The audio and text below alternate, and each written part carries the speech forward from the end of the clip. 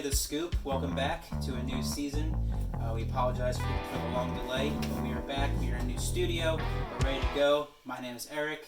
I'm David. And welcome to the Scoop. We're going to go through a lot of topics, try to keep it more condensed, and let's have a good time with all this. And we're going to start with the biggest news. If you're big football fan, Jared Goff and Matthew Stafford have been swapped with a couple of extra picks along the way. Right. Jared Goff going to the Detroit Lions. I believe it's a second-round pick also for next year, this coming draft, and then 2 first-round picks. In exchange, the Rams do get Matthew Stafford. And, there was a lot of rumors kind of going through about the situation with Goff, and there was also rumors of with Stafford in terms of his long-term success with Detroit, which has been I guess how I want to start this off, Dave, is what is your thoughts overall about the trade? I think LA got hosed. I think Matthew Stafford still has, and by no means is he, I don't think I'd call him a top 10 quarterback, but he's a guy who, if given the weapons and the right schemes and right coaching, he can still ball, man. Mm-hmm. He has his games where he'll throw 4 picks, but those are far and few between from what I've seen. He still has, I think, a few years left in the tank. So given that, I think he's going to be in a better situation in Detroit because they can give him the weapons. Mm-hmm. And their defense isn't that bad. I think they just need to stack their line again and maybe get another receiver in the draft because it's looking like they might not hold on to Galloway. Mm-hmm. But I think, strategically, it's a swap. It's a quarterback for a quarterback, and like you said, picks, but the conditional picks are you're not going to know the value of them right off the bat. Mm-hmm. So the trade is, in essence, almost, in theory, it's 1 for 1. Mm-hmm. And so you got to look at that. Is Goff good? Sure. Is Goff elite? Absolutely not. Mm-hmm. Is Stafford good? Yeah. Is he elite? Absolutely not. So I think it's, in a way, a very fair trade. Mm-hmm. But I think that I don't know how much faith I have in Goff. So that's kind of where Goff has been a guy, he's had Cooper Kupp, he's had, he's had some guys, mm-hmm. That he's had guys around him. So I think he has more to prove in Detroit than Sam does, or not Sam, than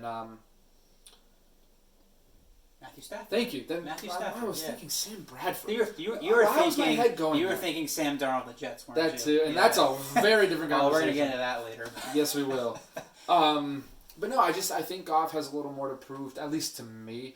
And I know that sounds funny saying an NFL player has something to prove to me. Mm-hmm. Your average couch potato who's going to go home and play video games. But mm-hmm. my point is that I just think on the field he has more to prove to both himself and to the team that to Detroit. I also just don't know. I don't know how confident I am that he can pick up the slack. Well, Dave, I think you said it very best when you asked if any of these quarterbacks are elite. And the answer to me is definitely no for both of them. Yeah. Now, if you're asking me which one is better, I would definitely say Stafford over his longevity, career. I think, right. Not so much the longevity, but the numbers he's put up. Right. The idea that in Detroit he's kind of been held back by some of the moves that management's made. But nevertheless, they've given him decent talent. They have, in there. Sure. Calvin Johnson, Kenny Galloway, as you said. DJ Swift emerged a little bit. Exactly. Adrian Peterson. It wasn't like he was playing with a team full of scrubs. He had a lot of talent. Sure. And they got into the playoffs a few times. Never won the division, but granted, when you're playing against Aaron Rodgers, kind of hard to get to that point. Yep. For sure. But basically, I look at this, and basically the Rams, they're seeing tremendous value in Stafford that I guess I'm not seeing, and they're seeing that value by sending all these additional picks over. Right. They're basically the mentality of, we're going to win the Super Bowl in the next, I don't know, 2 to 3 years maybe, because that's basically how long they're going to have to give up top picks, sure. For this trade to go through. And they're basically betting in the next 2 to 3 years with Stafford kind of past, I won't say he's past his prime, he's on the end of it. Yeah. I believe he's going to be 32, 33 next year. Which is wild to think that we're considering that old, but playing career, it is getting old. Yeah. But then we look at someone like Brady, who's a decade older than that, and he's playing his best ball. Yeah, exactly. And so it's crazy. And so there's this belief, I guess, that Matthew Stafford can come in to where Goff was doing, and just elevate this team to a whole level. Now, obviously with Sean McVay, he's a very creative offensive genius, and maybe he's looking for someone who can, has a little more knowledge, I guess, about how creative offenses work. But, the thing about Stafford is that I never saw him as this, creative, out of the pocket kind of quarterback. I saw him as more of he's not. He's more of like an Eli Manning or a Peyton Manning, that kind of quarterback. So I'm very curious to see how that mixes in terms of a dynamic offense. The Rams this year were all about defense, right. And it's not like the Rams had a bad year. The thing about Jared Goff, they lost to the Jets. They lost to the Jets, and I guess if you do that, then that kind of raises a flag or two. But as a Giants fan, I think about the NFC East, and I think about Philadelphia Eagles, and I think about what happened there with Carson Wentz. And that's another story. I think Carson Wentz was being looked at a very similar way to Jared Goff. But here's the difference, Dave. The LA Rams finished 11-5 this year. Right. Now, granted, they didn't win the division; they were a wild card. Yep. But keep in mind, they beat Seattle. Yeah, twice, I think. In the in the wild card. In the wild card, yeah. And they were pretty much competitive with Green Bay. Green Bay eventually pulled away in that game, but they were there, and the defense has a lot to say about that. And then you keep in mind Jared Goff also was playing with after thumb surgery, so he wasn't 100%. And so I look at this, and the only thing that comes to mind is the only knock against Goff is that was clearly some chemistry issues between the head coach and Goff. Because when I look at these two quarterbacks, talent to talent, I don't see this tremendous gap up going from Goff to Stafford. Yeah. And I think LA is taking a huge gamble here. We'll see if it pays off. Maybe, again, there could be something we're missing, but we'll just kind of have to wait and see. Yeah, for sure. And I agree. Mm-hmm. So we'll leave it at that, and we'll wish them the best. Of course. But moving on now, Dave, and speaking of quarterbacks, and that's the first trade that happened on the chopping block, but probably not the biggest one we're thinking of, because the big name that's coming up right now is Deshaun Watson, who clearly has had some time in Houston and had some really good success in Houston. Again, not major success. We go back to Goff a little bit. He did go to the Super Bowl one year. Granted, put up a stinker offensively, 3 points against the Pats. But nevertheless, Watson did have some success in Houston. They had the team built in. Bill O'Brien's system for a little bit seemed to be working. And boy, in one season, you've gone from near the top of that AFC South to now just a complete mess in Houston. And there's a lot of stories about maybe some racial components, just faith in certain management that's there, and Deshaun Watson now wants out, and so quite a few players want out. Quite a few players want out. J.J. Watson the one too. So for sure. I guess the first question, and then we'll get to the second question. The first question is kind of what are your thoughts about the situation, and then the second question will be kind of where do we think he's going to end up. All right, I'll keep both answers short and concise, because this could be a whole hour episode on its own, in my opinion, because there was that whole saga of him wanting to play for the Jets, and I'm a Jet fan. Don't get confused by this, even though this is the NFC team I do root for on occasion. I am a Jet fan. So anyways, I progress. The situation normally would be, and here's the thing too, I don't like being the person, again, sitting on my couch without knowing the ins and outs to judge a player, because I'm only hearing one side of a story, so I don't like to be that person to quickly judge too fast. But in the many instances, I'll be the first one to be like, that player is being a prima donna. They're bringing drama to the situation. But from everything I've read and heard, not from one source, not from two sources, from multiple sources, a lot of them pretty highly credentialed and reliable, if you will, that this one is not on Deshaun. This is internal. There seems to be a real issue.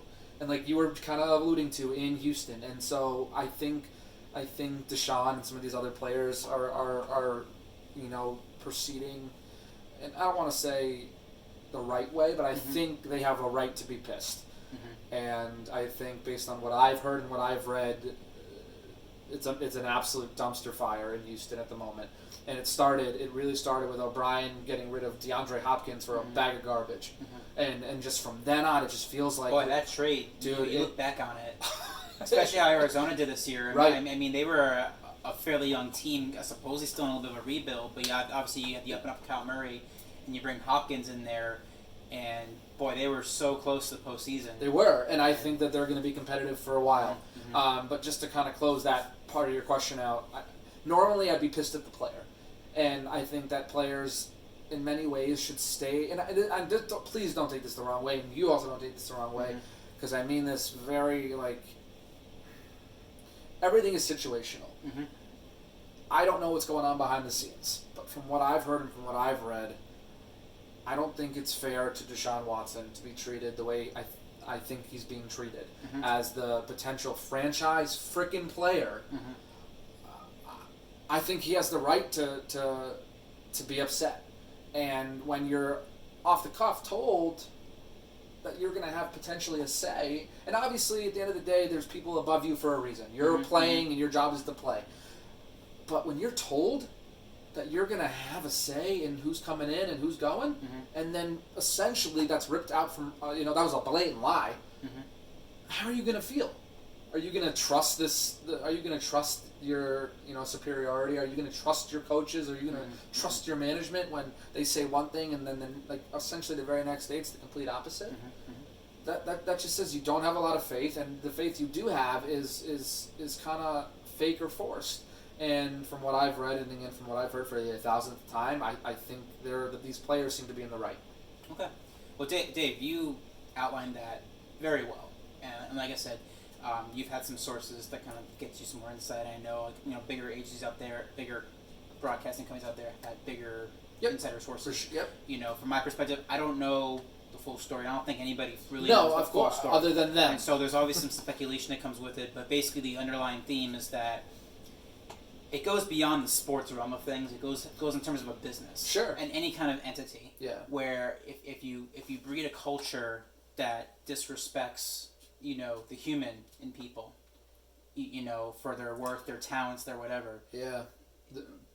Naturally any person's gonna want out. Or want it fixed, and if he or she doesn't envision a fix happening. And this gets heightened when you have someone more high profile. High profile, for sure. And so, if this was it's not to demean anybody, but if it was a tackle or a kicker or whatever, it might not probably be as polarized. Probably doesn't get the headlines, probably doesn't get the media attention, probably doesn't get a lot of the the bad taste. But when football teams look up to quarterbacks, it's kind of their leader, leader of men, sure. And they're the ones that feel mistreated. And it feels legit, and the troops kind of agree that he's been treated. It sends a really bad message, not only to the team, but to the league, to the fans. And so all you can think about is Watson has every right to want to get out. From what I've heard, And now I know they brought in this new head coach, and it seems like I don't know if it's a new head coach or a new general manager, but they brought in this new GM. And basically the new GM... Did they hire a new coach? It might be the new head coach. But basically they brought in this new staff, and that the staff, I guess, had this expectation that Watson would still be a Texan next year. And Watson's basically made it clear that he's not going to play. He's either going to sit out or he wants to be traded. Now there's been some debate about what if Houston does not push a trade through. What does Watson do? Does he sit out? Does he honor him? Is he honorable enough to kind of still show up and try to participate? And it becomes a very murky, I guess, subject. It does. That's for sure, man. But nevertheless, kind of going on to the second question here is, if there's a team out there, I guess, what's the team that you think can use Watson the most, and what's the team that we ultimately think Watson will end up with? And maybe it's the same answer for both questions, but what's your take on that? I mean, the team that could use him the most is essentially a team that could use a quarterback the most. Yes. And other than the Jaguars, who are we're assuming they're going to take Trevor Lawrence. We're assuming. Yeah. If maybe we scratch the... If Urban Meyer pulls a... I'm not going to... That's a whole other topic. Yeah. But, I mean, the team that I really think that's going to be heavily in favor of him and him in favor potentially back, other than the New York Jets, just simply because he likes Saleh, who's the new head coach, I really can see him either going to the Panthers, back to his home state, Carolina, or he might end up in Indianapolis if Darnold doesn't get traded there. He might be a Colt. That's right, because Phil Rivers retired, and then they're looking for a quarterback now. They're completely looking for a quarterback, and they have a lot of other weapons, so a quarterback would put them over the top, especially a quarterback like Deshaun. So, I mean, that's just my opinion. That's who I think is going to get them, who I think, where I see him going. And I think similarly, I agree that that's where he's going to go if he leaves Houston. Okay, there's a few teams that are on my radar, and there's two that I keep hearing about. One is Chicago. I think Chicago. And the reason why Chicago, Mitchell Trubisky, they got into the postseason as a 7th seed. So I mean, there's still kind of in this up and down feeling about, is Trubisky really your quarterback to go? But there's been this belief that Chicago, who has this rich culture of football, it does absolutely. The one area they've always seemed to really lack is star talent at the QB position. Even the '86 Bears. It was defense. It was all about defense. This team's best known for defense. Kind of that cold mentality, running style. Sure. Never known for a star quarterback. And there's a feeling that if Chicago can just get that kind of talent at the QB position, could really turn their fortunes. And, especially all the issues going on in Green Bay now, Aaron Rodgers trying to lead them, that's another story. Maybe there's an opportunity for Chicago to kind of carve out, a period of dominance in that division.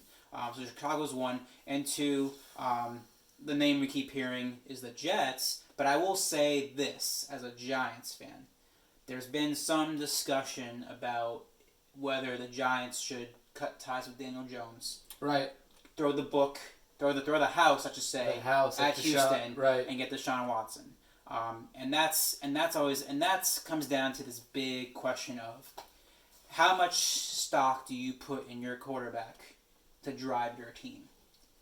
How much talent are you willing to give up in depth at other positions or draft picks? Draft picks. That's probably going to do to have a quarterback drive your team, because that's always been the philosophy kind of with Aaron Rodgers a little bit, and even a little bit of Patrick Mahomes, even though he has a lot of talent there. But there's still this belief that if you really swing for the fences with your quarterback and you succeed, you can overcome some gaps otherwhere to make your talent. I bring up the Jets because that's the number one name we keep hearing, because there's this belief that they have the most assets to give back. And they do. The number 2 pick overall. I'm assuming that would go if they traded for Watson. Would they bring? Absolutely. I'm guessing Darnold will go back there too. From what I'm hearing, Houston wants 3 1s, a 2, and then among other things. So that's just why I'm saying, I know you say Chicago. My issue with them is that I don't know if they have the capital to offer. Simply. Again, like you said, the Giants and the Bears would be 2 teams that maybe I could see them going to, but they would have to throw the book at Houston. Okay. The Jets would still maintain quite a bit of leverage because they have a lot of other, from sucking, they have a lot of other options and picks and cap space. So they have a lot of other stuff to work with. Even if they did pick up Deshaun, they have a lot of money. So I guess we'll see, and I kind of wanted I want to continue this conversation because I know we gotta wrap it up. But no, I mean also just because there's other aspects of it I want to talk about. There's specifically teams I want to go down the list on who has the best chance, why they have the best chance, and that kind of stuff. So that's just to kind of touch on the Watson. Yeah, and we'll revisit this later, Dave. But one final thought before we wrap this up: who do you ultimately think where Watson plays next year? If you had to guess. You can be biased if you want. Just say the Jets. I don't. You don't. I don't. Okay. The more I dig into stuff, I don't see it. And Joe Douglas, the GM, he really loves building through the draft more so. And I've been hearing a lot of news that they're going to go with either Fields or Trey Lance or Justin Fields, one of those 3 QBs. And they're going to trade Darnold. That's what I'm hearing now, more so than ever, if they're not going to give the book to Houston. Okay. So with that being said, my final pick, and this is a long way out, well, potentially not long way, it could be settled by April, Carolina Panthers. Interesting. That's my final pick, and I'm sticking to it. However, it could change, but that's my gut at the moment. Well, Dave, if we hear the announcement from Carolina, we will definitely get this video on YouTube where we play it and say, this guy right here, he picked it. He picked it. But so we'll come back and we'll have more topics to discuss here on The Scoop.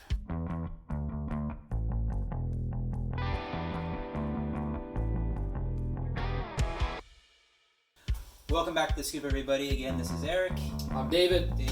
And we had some exciting topics. First segment right here. Let's get into the next segment. We're going to stay with football. Super Bowl 45. Yep. 55. 55. Wow, I I am losing track of those numbers. Those. Dave, I remember my first Super Bowl 34. That was your first that Yeah, you remember? yeah. First that I remember. And that's over 20 years ago. But He's an old man. But funny enough, in that same amount of time, basically Tom Brady has been in the league and going to Super Bowls. And it's going to be his 10th Super Bowl. He's now had more Super Bowl appearances than JPP has fingers. Sorry, I had to throw that one in there. Sorry, JPP. We love you. Old Giants love right there. Love you, JPP. But anyways, first of all, can you even wrap your head around Tom Brady going to 10 Super Bowls? And as New York fans, sometimes you have a little bit of bias against Tom Brady, but at some point you have to look past all of it and just go, what he's done is just unbelievable. It's beyond, in my opinion, I hate the guy on the field as a Jet fan. What he's done to the Jets over the past 2 decades has caused a lot of sad, suffering Sundays and Saturdays and Thursdays and occasional Mondays. But no, I mean, it's not that I fathom it, because of course I can, but it's extremely remarkable what he has done in with regard to football. And Patriots fans, you are so spoiled to have had what you had, both with the winning and with having the guy leading the charge being Tom Brady. Not even Pats fans now Tampa, just in one season, a 43-year-old quarterback took him to the Super Bowl. Like I said, I don't like him on the field because of what he's done, and I'm bitter, but it is hard. I mean, I don't say this about. He's unanimous Hall of Fame. Dave, I feel like I've had to eat humble pie this year, because one of the things as a I won't call myself a Brady hater, but just as a Brady disliker, I guess, if that's a word. It's a word. Just being a Giants fan is that I always believed that Brady's success was all about being being a system quarterback. Not to say that he couldn't make amazing plays. He was darn good at it. But, my belief for so long was that, Belichick had the system that he could thrive in. Belichick at the GM always made sure he had the right talent around to thrive. And we talk about culture with the Texans, it's the 180 right now with the Texans. I mean, the New England Patriots are built on just good culture, from top to bottom, from ownership to GM, the coach, the quarterback. Right. And when you have all 4 of those levels checked, you're gonna be successful for the long haul. If you're not, then absolutely. And so I kind of felt this mentality up until last year, when Brady got off in the first round with the Titans beating them, and I said, okay, well, clearly this is a proof that Brady's on the decline. The Patriots, the dynasty's over. There's always the rumors that he was going to leave, and of course he did. He goes to Tampa, and I think we talked about this, Dave. We said, we expected some mild success. We expect them to be some additional wins at a premium over, the previous quarterback, Jameis Winston. And so I think the 11-5 prediction was what a lot of people were thinking. They're like, it's not going to be like New England Patriots where they always go 12-4, 13-3 every year, but they'll be 11-5. They'll make the playoffs, probably win the division with Drew Brees there, and that's what happened. They get to 11-5. But what really just made me take humble pie was watching this postseason. And it wasn't necessarily anything about what Tom Brady did. It's just, I think it's a mental game more than anything. It's a mental game because you don't always see Tom Brady go for these crazy numbers, 300 yards, 3 touchdowns, whatever.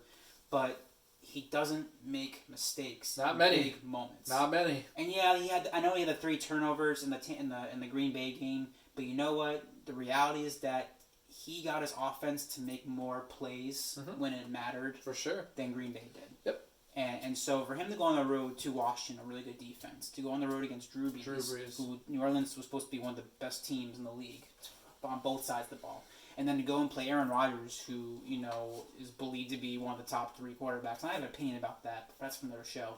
But to go into 3 road games, competing against two of the best quarterbacks at age 43 with a team that really had not sniffed any real success the last 14 years. In fact, the last time Tampa was in the playoffs was actually the year when they faced the Giants, who won Super Bowl 42. That was the last time Tampa was actually in the playoffs. That's basically how unsuccessful that franchise has been. And in 1 year, you bring a 43-year-old quarterback, granted proven, and you go from 8-8 to 11-5, make the playoffs. Now you're going to a Super Bowl. Yeah, but here's the thing, though, too, and I hate to cut you off, but look at who he has around him, man. Also, that's been one of the things that I believe kept him afloat so long in New England. Mm-hmm. Like you said, they treated him well. They made sure he had people around him, whether it was an O-line, whether it was defense, whether it was receivers. They made sure he had weapons. And you know what, Dave? I get that, and I think that helps a lot. And the mantra that offense wins games, defense wins championships is a great mantra to have, and that's why I expected Tampa Bay to win about 11 games this year. But to me, what took me in was just how these playoffs unfolded and how Tampa really. I mean, Washington, they were kind of favored because Washington doesn't have a name nor really a quarterback. But good for Alex Smith though. Right, absolutely. Rooting for him. But I was thinking to myself, there's no way he's getting past both Drew Brees and Aaron Rodgers on the road back-to-back weeks, and he did. And I'm sitting here going, we can keep making excuses why he's not the greatest, and I'm out of him. Now granted, we'll see about Kansas City because I think when people said Kansas City or the field, there were a lot of people still taking Kansas City this year to win it all, and Mahomes is fantastic. But I bring up this analogy, and you remember the movie Moneyball? Yeah. And it was about the Oakland Athletics, and it's different storylines here. Because Moneyball is about budget, basically budgeting teams with no money being able to find value and talent. You think about the beginning of Tom Brady, drafted 196th in the 2000 draft. Think about being a scout in the NFL, and you're always out there trying to find the next Tom Brady or the next great quarterback. Whatever players you need to build your team to compete for Super Bowls. Sure. And they do their own thing, and they realize that they rate players, and they say, okay, this player's a first round guy, this way a second round guy. How can you fathom that the greatest player of all time was chosen 196 in the... I thought it was 199. Was it 199? I'm sorry. It's, mean numbers today, it's not jiving. But nevertheless, almost 200 picks into a draft. Almost not even drafted. And that's the GOAT of all time. I mean, to me, that basically overrides any kind of systemic kind of progress the NFL believes in. These scouts believe in to find the great players. People are not going to like this comment, but it's how I feel. It is my opinion that a lot of this, like you said, the analyzing of players, obviously there's math, obviously there's strategy. I get that. Mm-hmm. But at the end of the day, what a lot of us fail to do and realize is that or account for is human error, or the other side of that, and someone can drastically improve, and that's why as much as you can look at stats to kind of go game to game, but when you say someone, I don't know, to me a lot of it is just a crapshoot. No, you're right, Dave. It is a giant crapshoot, and I mean that, and I say that to say this because a lot of my belief also comes from being an avid fantasy player. I had Christian McCaffrey for all of 2 games this year. Drafted him first overall in 2 leagues. Yeah. His injury crippled my season. And Carolina's. Yeah. To be fair, yeah, absolutely. Not that we expect them to be Super Bowl contender, but I mean, they would have been They probably could have been a playoff. Potentially, yeah, for sure. Yeah. And my point is this: like I said, and I don't want to take away from skill and talent and obvious strategy because there is some. I'd be a moron to say there wasn't. I just believe at the end of the day we forget to account for the human aspect of things. Just remember, Dave, 2 things: Drew Bledsoe, tough rule. Yeah, it's not right. I mean, you want to set a foundation for your best go career. remember those 2 moments. It's true. You know, he was a backup. He had his chance. He knew that if he didn't do it right the first time, he may not see it again. Sure. And in a big moment, you know, whether it was intentional or not, you know, that Tucker Rule saved him. Got to the Super Bowl, and the rest was history. Because he never wanted to see the day where he wasn't going to be good enough. And now look at him. He might win number 7. And all it took was knocking out Drew Bledsoe. Yep. Who knows what would have come with Who knows Brady. what happened? Yeah, and Belichick. And Belichick, right? But yeah, it's just I just wanted to marvel on all that, and the Super Bowl's coming up, and you know I'll probably be rooting for Kansas City, but you know at this point nothing surprises me anymore. Tom Brady somehow Tampa wins, I won't be surprised. Yeah, they might because final question: yeah. They win. Does Brady retire? Boy, that's I know that's another level, but like short answer. You would think if he wins the Super Bowl, he's nothing left to prove, but something tells me he's just gonna keep playing. I think so he physically cannot play anymore. I think he just has that mentality that as long as he keeps going, he doesn't care if nothing left to prove. I think at some point for him it's about having fun. Yeah, I really do. And you know it's you know if your goal is to prove something, then Eli Manning could have retired in 2011 after winning 2 Super Bowls. Right. People bashed him, and then he could have not dealt with the rest of the crap in his career. But I think at the end of the day, these players are out there more than just trying to prove something. They're trying to, it's a career, trying to have fun. There's multiple reasons. But yeah, I don't think he will if he wins the Super Bowl. Right. Unless he gets injured. But yeah. So moving on, Dave, and we'll talk about football the first 3 segments. But now let's shift gears to my favorite sport, hockey. Our favorite team, New York Rangers. Obviously we'll be biased to New York sports because that's kind of how we are, and we'll try to shift away around other teams. But we want to start with the New York Rangers. If you remember back in the summer, Dave, we watched them in the play-in game, and they got swept by Carolina. Yep. And it's you have to flash back to almost a full year. At this point, yeah. When we were in early March, right before COVID, and there was if you watched the Rangers closely, you felt this momentum build up. You remember the Zibanejad 5-goal game against Washington. Yeah. They won a nice game against Dallas, who eventually won the Stanley Cup. Right. They were starting to hit on the right cylinder, on the all cylinders, and then they watched the play in. They just got swept and not play well. But then something great happened. They got the first overall pick, and they got Alexis Lafreniere. And so he scored his first goal the other night. He did score his first goal. He did score his first goal, and that's what I want to get to, Dave, because I want to get your opinion on this, because I think back to, if you go way back to 2005, 2006, Sidney Crosby, Alex Ovechkin, and they were kind of in the same position now that like Lafreniere and Capo's in. Capo. And if you remember their rookie year, these guys, not even as teenagers, right off the start, scoring goals, getting points, contributing, really saying early that the hype is being matched by production. You remember Capo last year, hadn't have a bad year, and again, for a rookie, you give him a little bit of pass, bit of time, sure. But the numbers just were not quite where you're hoping for. And you watch Lafreniere these first 8 games, and again, he just got his first goal the other night. And so the Rangers right now, they beat Pittsburgh. To be fair though, and once they get going more, I think they have a lot of contributors, and that's what makes them so they're either going to be, in my opinion, they're going to just be awful because they're still kind of in that rebuild mode, or they're going to really go on a run and be dangerous because they do have the talent. They have the talent. They're just young. They're inexperienced. A lot of guys haven't played together for very long. So, and then inconsistent goaltending. But however, Igor did have a great game the other night where they got that win. But it's going to be a make or break. They're going to be either. I think they're going to be great, or they're going to be very. I don't think they're going to be very good, man. So I think, Dave, what you're saying is that we need to have a reality check.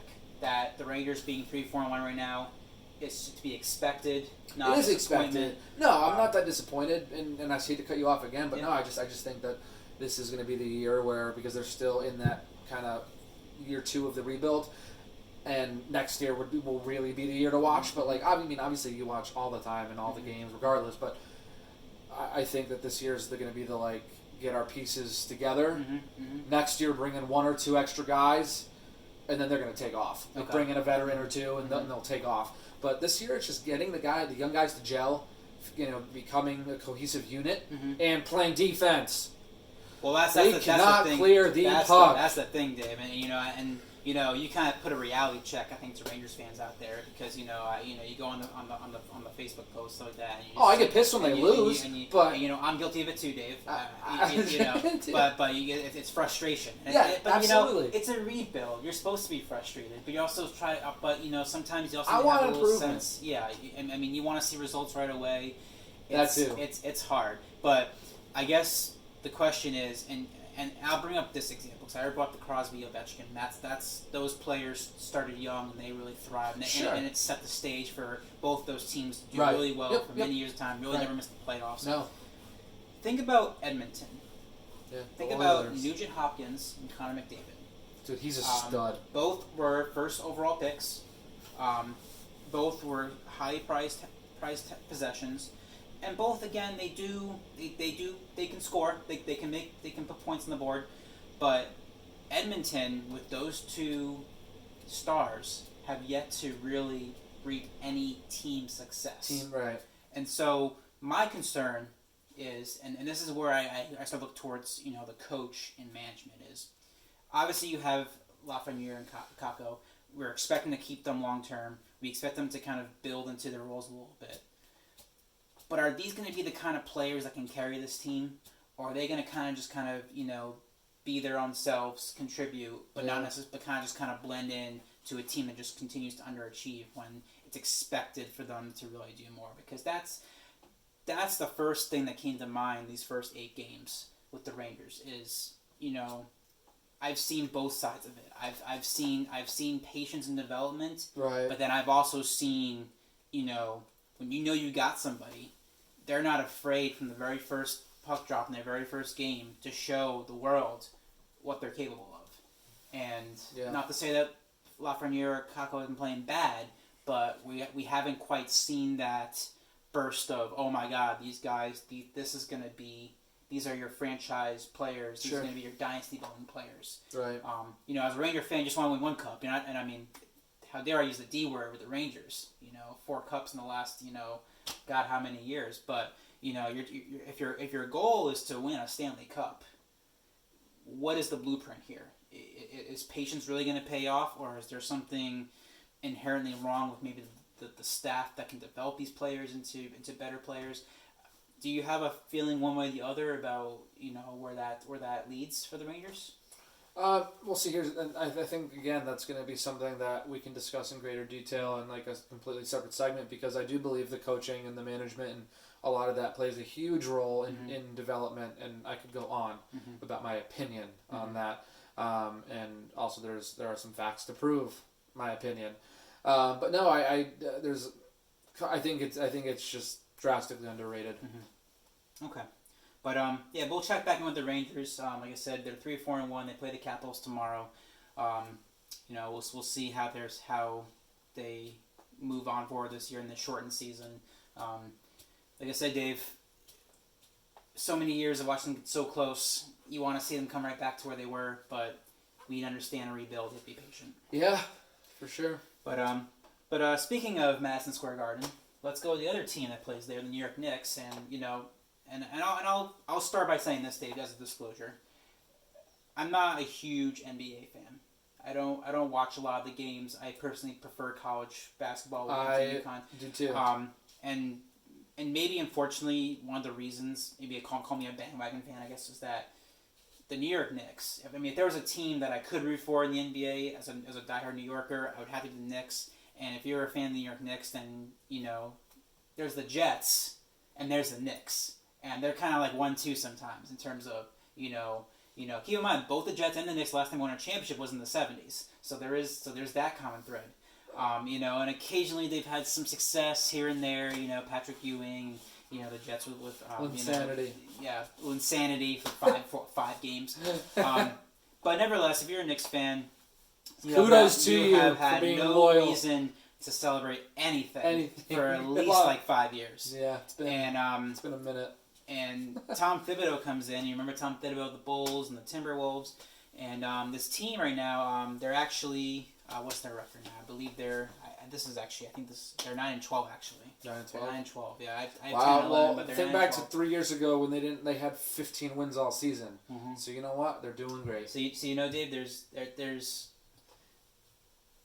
if I'm a Knicks fan, Then you're spending a lot of time alone in your closet. I guess the question is, crying. what is the pathway to any kind of real success?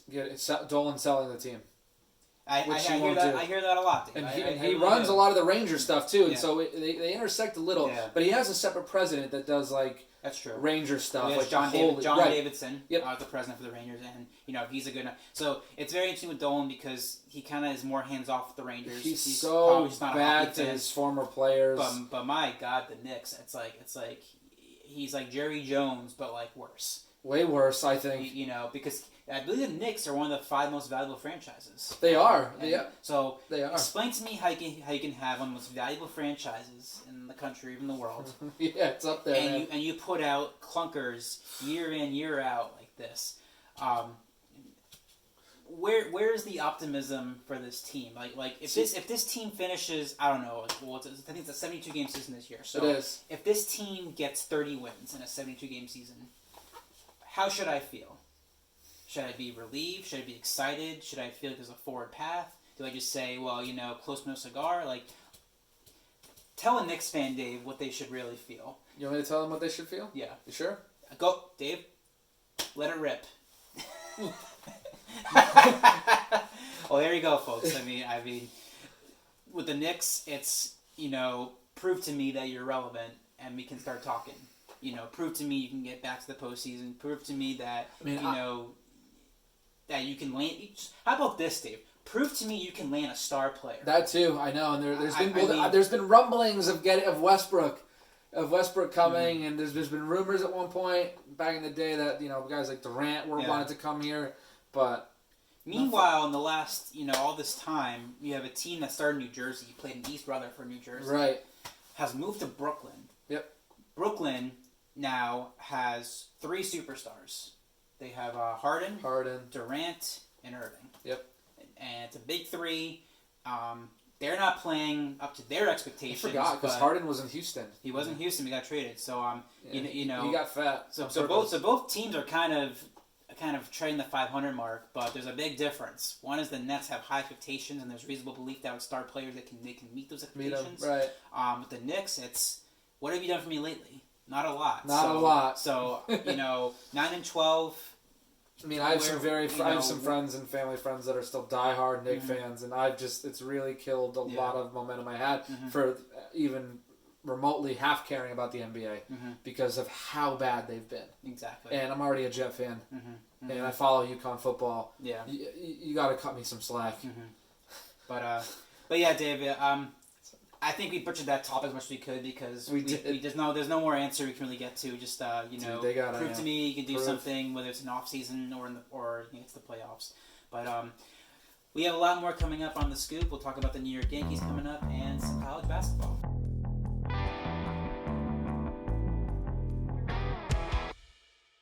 Welcome back to the Scoop, everybody.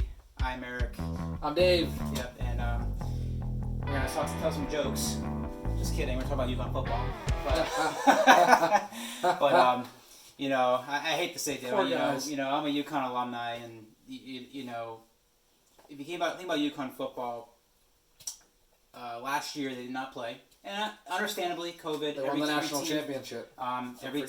Every team had their own protocols, and some did not play. But UConn being independent, there wasn't this pressure that they had to play at a appease fan, and obviously for safety reasons. They did the right thing. But Dave, I have to ask a really interesting question. What year can we expect UConn to make a bowl game? Any bowl game. Just keep in mind, it means they have to play at least 500 football. Based on, again, and this is going to be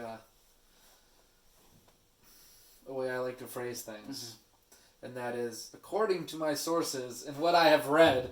I think Edsel seems very, but he's, and Edsel's the head coach. He seems very very, very confident in this team. And taking the year off was much needed, not only from a safety standpoint, like we just talked about, but also just from a, the jump from college to from college to football, from high school to college is massive, especially going to the D1 level flat out.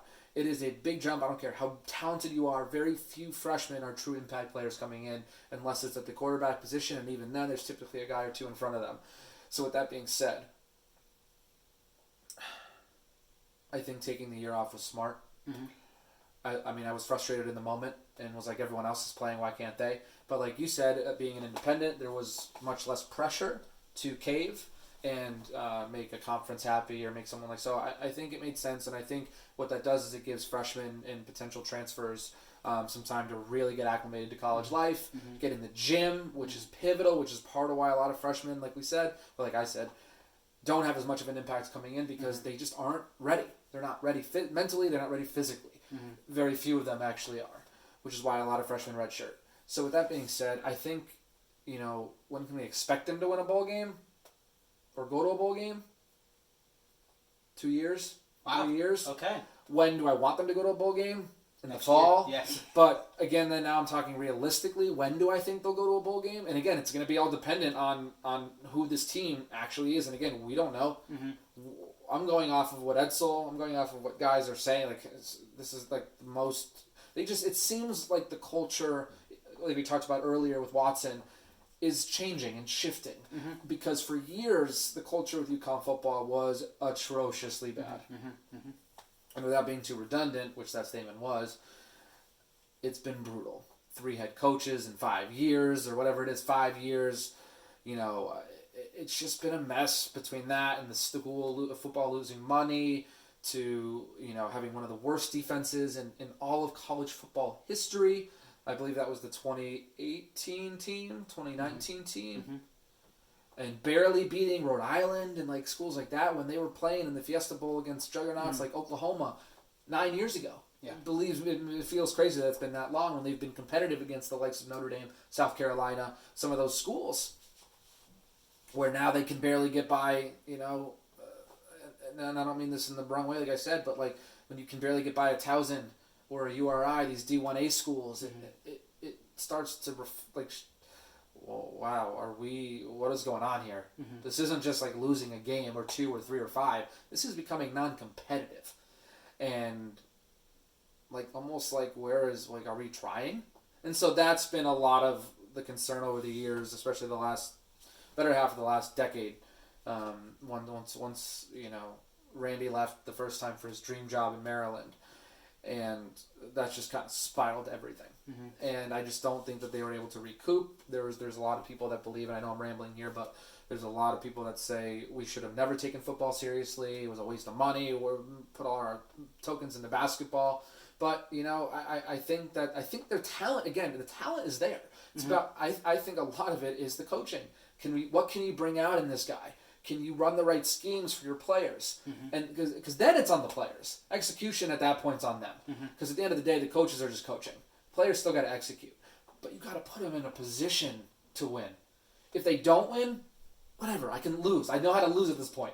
What I don't like is what almost seems like the lack of like fixing cohesion and hey, we screwed up here this game, how can we do it better next game? I just feel like, and I could be very wrong, but from the outside looking in, it has just looked like an utter dumpster fire in terms of organization, in terms of how things are run. And when you are not run right from top to bottom, your players they're going to suffer also. And then they're going to turn around and not win games or win a couple, but they're not going to be as competitive as you want them to be when up top is not going well. And on top of that, they've had 2 ADs too. They've had 2 ADs before Benedict took over. They had Ward Manuel, and then they had what's her face, Susan. Oh boy, what was he? I'm sure she's a sweetheart of a lady, but no, I that's my point. Yeah, and that's me rambling, and that's UConn football. There's no easy answer to what's gonna. No, we're literally gonna have to wait and see come fall because I have no idea what we're gonna get. No, Dave, you hit every nail on the head right here. UConn alumni right here. I remember the days of the late 2000s. when the UConn men's program was not as successful. But, Etzel had this team going up and up in 2011, the bowl game. And, ever since then... The last bowl game was 2015 against Marshall, I believe. Yeah. And so there's literally been nothing to look at about this team and say, I'm excited. There's a belief that... And keep in mind, the move to the American Athletic Conference. What drove that, Dave? Football. There was a belief that... we didn't want to sever ties with our football program, but so we're going to sacrifice the basketball program. Now, granted, the UConn men's basketball team won the championship 2014. Great story. But ever since then, the men's basketball team, has fallen flat. Women, obviously, they're, they're around tonight, too. They're light years above everyone else. But, yeah, they're great, man. Awesome. The big story here is men's basketball versus men's football. And the men's basketball team took a sacrifice to go to the American. Yep. That experiment... It failed. The men's basketball team did not do great. They got a little better at the end. But the football team could not thrive any better in the American. And finally, UConn said, you know what? Let's not fool ourselves here. We're not SEC. We're not Alabama. We're not Oklahoma. We have to be reasonable about what to expect. And so, if you're a UConn fan for football, you're not expecting to go to a BCS bowl game.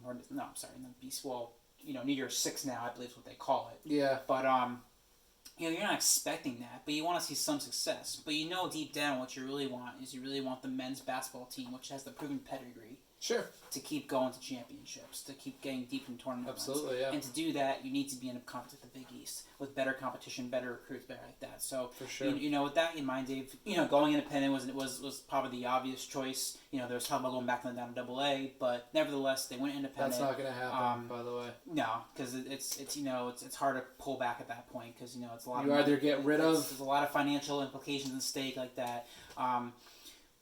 But yeah, you kind of. You gave a very optimistic perspective about UConn football, that 2 to 3 years. And I think they will give better than what they've shown. Mm-hmm. And that is just from what I've seen, and I've seen very little. Mm-hmm. But again, that's how I feel every year. Okay. So. Yeah, well, I guess you keep feeling that way. It's always a year away, Dave. It's always a year away. But, no, I mean, the things you pointed out, the cohesion, if those things can start clicking, I'm with you. Maybe 2 to 3 years, or 6 seasons, 7-5, maybe you sneak into a bowl game.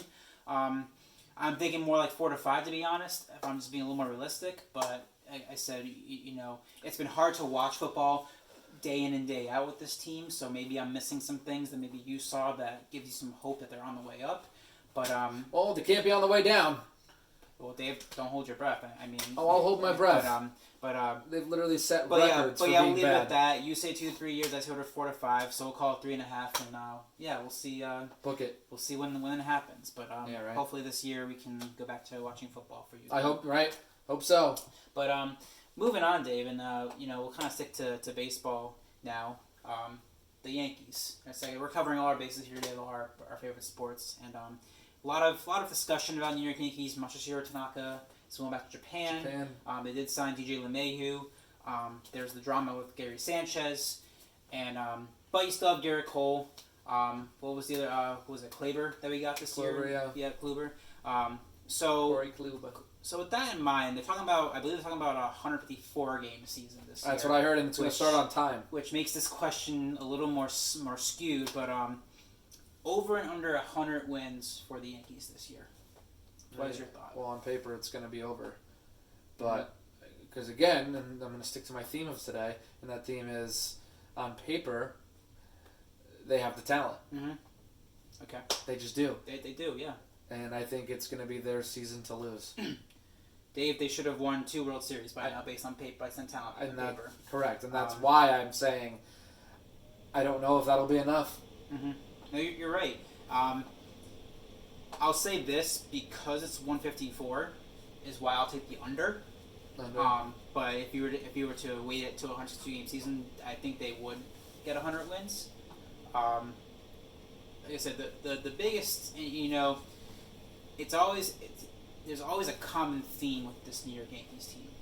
Yeah. It's that they can hit home runs, left and right, center, any way you slice it. And then you get to the postseason, and then you realize that the home run mentality just does not hold up against good pitching. Right, that too. Right. And the Yankees, they've obviously gotten better with pitching, so that's helped a little bit to have better pitchers. They understand that's the game is pitching, but to me, Dave, they're still missing the key ingredient with offense, and that's I know, and that's what worries me. So that's continuity. Right. It's take a page out of Moneyball. I use that reference again a lot today, but the Oakland A's, a team like that, again, not that they're not deep in the playoffs, but take a page out of just basic baseball, basic fundamentals. You don't have to hit a home run every time. Just get down to first. Whether you walk, you hit, doesn't matter. Just get guys in base, drive and runs the old-fashioned way. Right. Be a little gritty. And another thing, Dave, and again, there's a connection, in my opinion, here, is that you get these power hitters, and they're always trying to hit it hard. They're trying to hit it hard. How many injuries have we seen each of these years? Mm-hmm. Aaron Judge, Aaron Hicks. Voit was hurt for a period of time. I mean, these are guys that are known to being power hitters, and so they're being instructed pretty much every time. Your job is to knock this thing out of the park, or knock it deep. And for some reason, and I don't know if it comes down to just player development or strength conditioning, but I think there's a lot of pressure on these players to keep doing that, and all it takes is one time, Dave. One at bat, one swing. Sure. And you can hurt an oblique. You can knock yourself out for 1 to 2 months. When you're straining that hard, man. Yeah, absolutely. And again, it's not to say they don't get to the playoffs. They get the wins. They still pull through. But then the other thing too, it's so hard to shift from that mentality of being a home run hitter in the season when you're playing against weaker teams. Right. So when you're playing those more competitive teams and they have the pitching and they're not going to give up the home runs. And how can you find other ways to score runs? And we saw it with Tampa. Yeah, right. That when they needed to get runs, they just couldn't. And so, I'll say in a weighted away, they're going to go over 100 wins this year.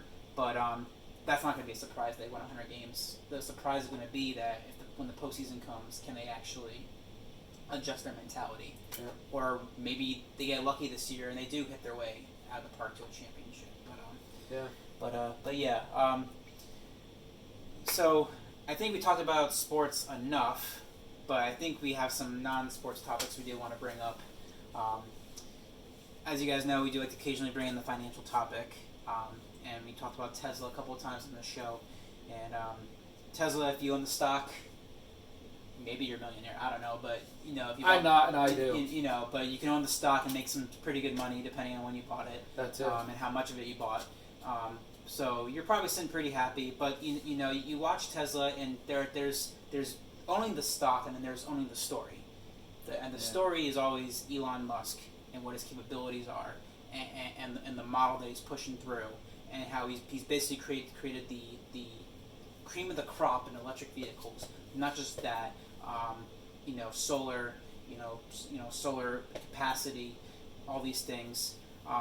But the big story, I think, one of the big stories this summer, in the fall, was that he actually moved from California to Texas, his headquarters. And I think, Dave, you want to bring the subject up, so I don't know, was there anything specific you wanted to add to that? No, I literally. Thoughts were about it. My question was, do you think it's a smart move? And to answer my own question first, I think it's a very smart move, and I think a lot of these companies are following suit, and they're going to the southeast, and even some of them are coming back to the northeast. But they're going to either, if they're not settling in Phoenix, they're going to Texas or Florida or the Carolinas. It's just not sustainable. It's not as business friendly as much as the economy is still, very, robust out there in California, and it always probably will be. You can have a big economy and it can still suck. And it's what you're doing within that economy and how the people in that economy are doing, and if they're providing to those businesses or if they're not putting money into those businesses and all that fun stuff. But I think it's a very smart move. I mean, he, not that the money matters as much, but he just surpassed Jeff Bezos as the richest man in the world, I believe.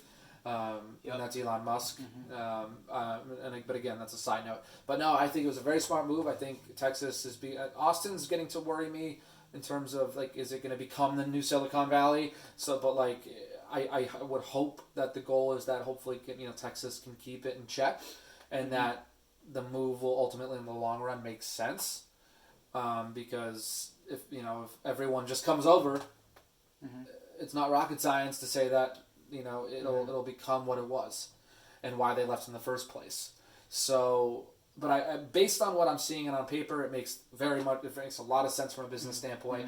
And not to get too political or into COVID as much, but Elon decided to move because he felt like California wasn't allowing them to operate at a efficiency that he thought was possible, or that he thought was fair. So that was a lot of the decision from what I've kind of taken from that. And I think it's a smart move. What do you think, Dave? Well, like you said, on this show we don't like to get into politics. No, that's our goal, is not to bring up politically motivated topics. With that said, Elon's decision, unfortunately, was driven by some political influence. Yeah, it was. Elon is not here to always play by the rules. That too. Not necessarily good or bad. I don't mean that in a bad way. Just saying that his drive is to change humanity for the better, to drive the innovation for our future. Right. He's in the business of transforming our automotive fleet from combustion to electric. Right. Solar power, whatever.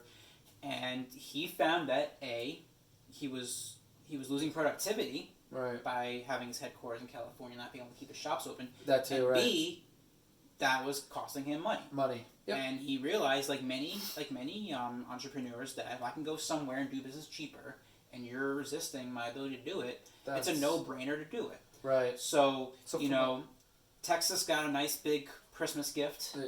They got one of the largest companies by market cap in the world moving their headquarters into Texas, a state with no income tax, with a very young, and if you know Austin, it's a very young. I mean, San Fran is too. The Silicon Valley is a young area, but Austin's a really young area. Really, and it's in a college town. It's UT, and again, if you talk about the political spectrum, you're going really from left to right, no pun intended.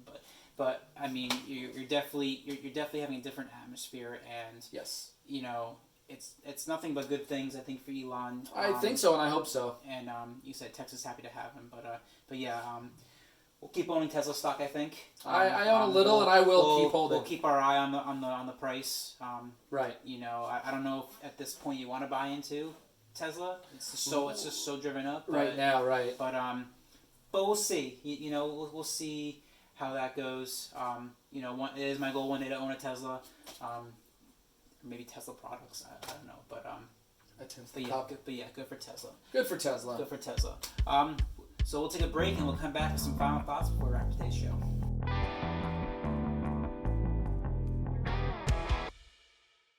Welcome back to the Scoop, everybody. We're just about done with today's show. Just had a nice big winter storm, Dave. And I might have another one on Sunday. And Tuesday. Yeah, I had at least a foot of snow. I'm gonna be a snowbird soon. So I'm gonna retire young. Yeah. So out there in the 20-degree weather. Yep. Fun. My parents they live in Florida, and I'm actually gonna go visit them pretty soon. Yep. I was thinking, I get to pack all my shorts. I know. Instead of pants. Right. No. How do I even approach this subject? Just approach it. All right. So here's the thing. Cargo shorts.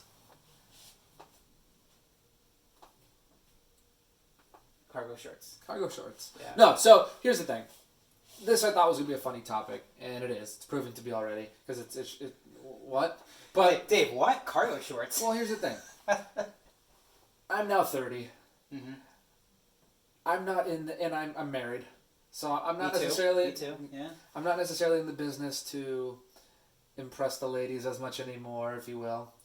But no, I asked this question because genuinely I'm curious, because kind of like Nickelback and kind of like other things that just get so much unnecessary hate. I mean, well, I don't know if it's unnecessary, but they get just so much hate for such dumb reasons. Why is there hate for cargo shorts? especially from the younger generation, like that are now wearing like but like I don't know, what's the hate? They're comfy. Mm-hmm. They're not necessarily as tight fitting. You can hold a lot of cheeseburger. No, you can I just feel like they're practical. They might not look amazing, but I feel like they're practical. And for someone who's getting older, I'm trying to be more practical. So cargo shorts, yes, for me. I know that they're not in style as much anymore, and they're considered dad shorts, if you will. But what's the hate? What's the hate? So, I do not own cargo shorts, but Show off. It sounds like to me that you're proposing a situation here where it's a big situation. We have to go out and buy a pair of cargo shorts and wear it for our next broadcasting. Oh, interesting. That's what it sounds like to me, Dave. Because well, I can participate. You can participate, yeah. Cargo shorts. Dave, I don't even know how to respond to this, but if any of our viewers have any thoughts about cargo shorts, if any of our viewers want to see us do a broadcast in cargo shorts, in Hawaiian shirts, please feel free to respond to us on YouTube. And if enough of you say yes, we will do an entire broadcast in cargo shorts. Dave, feels strongly about cargo shorts. I never thought about cargo shorts in that way, but now it's on our radar, and now I have some shopping to do. so yeah, we'll do our next broadcast. Final thought, Dave. You're not really a NASCAR fan, I don't think. Unless I'm wrong. Fan? No. But I mean, I know the basics. I know the big drivers. I've watched a couple races, and I lived in Charlotte for a year, so I get the hype. I just never was strongly a follower. Strong follower, yeah. So I'm actually, for those who don't know, I'm actually an avid NASCAR fan. I won't say I'm hardcore like I watch the Rangers or the Giants or anything, but you like to watch cars driving circles? I like to cars driving circles, and I was a big Jeff Gordon fan. More in the second half of his career. I wasn't really a follower in the first half of his career when he won championships, but I was a big Jeff Gordon fan. He retired in 2015, and then Chase Elliott took over for him, and I'm actually a Chase Elliott fan. He's actually the most popular driver in NASCAR. Elliott? Voted 4 times. Yeah, he's the son of Bill Elliott. Okay. Remember Bill Elliott? So, awesome Bill. Yep. Chase Elliott won his first championship last year, so he's going to be defending his title. So as a Chase Elliott fan, and now I'm more enthusiastic about this year's season. And it starts with Daytona 500. Everyone knows Daytona 500. Yep. It's going to be on Valentine's Day. Oh wow! If you believe it or not. It's my wife's birthday.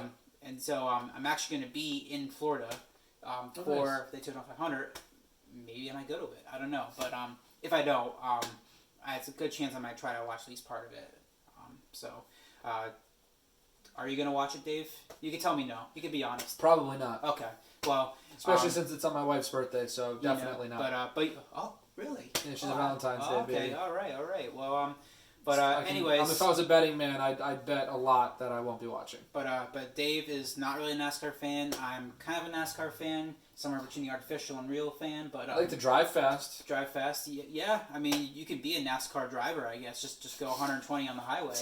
You might get in trouble. Get in trouble. Yeah. But nevertheless, if you guys want some more NASCAR topics, feel free. I'd be willing to learn. Dave can learn. I can express my opinions for sure. I won't ask Dave who needs to win this year because he probably has no idea who's driving, other than LeBron's driving, right? LeBron's driving, yeah. Derek Jeter at the wheel. If you ask ESPN, the favorites for this year's NASCAR championship are LeBron James, Tom Brady, and LeBron James. So, but no, I'm a Chase Elliott follower, and we'll see what he does in a lot of road courses this year. Right. But that's gonna wrap it up here today, Dave, for the scoop. We went through a lot of topics. We'll be back in a couple weeks to bring in some more topics. We like to have you watch us on YouTube. We'll post the videos individually. But yeah, have a great day, everyone, and we'll see you next time. See ya.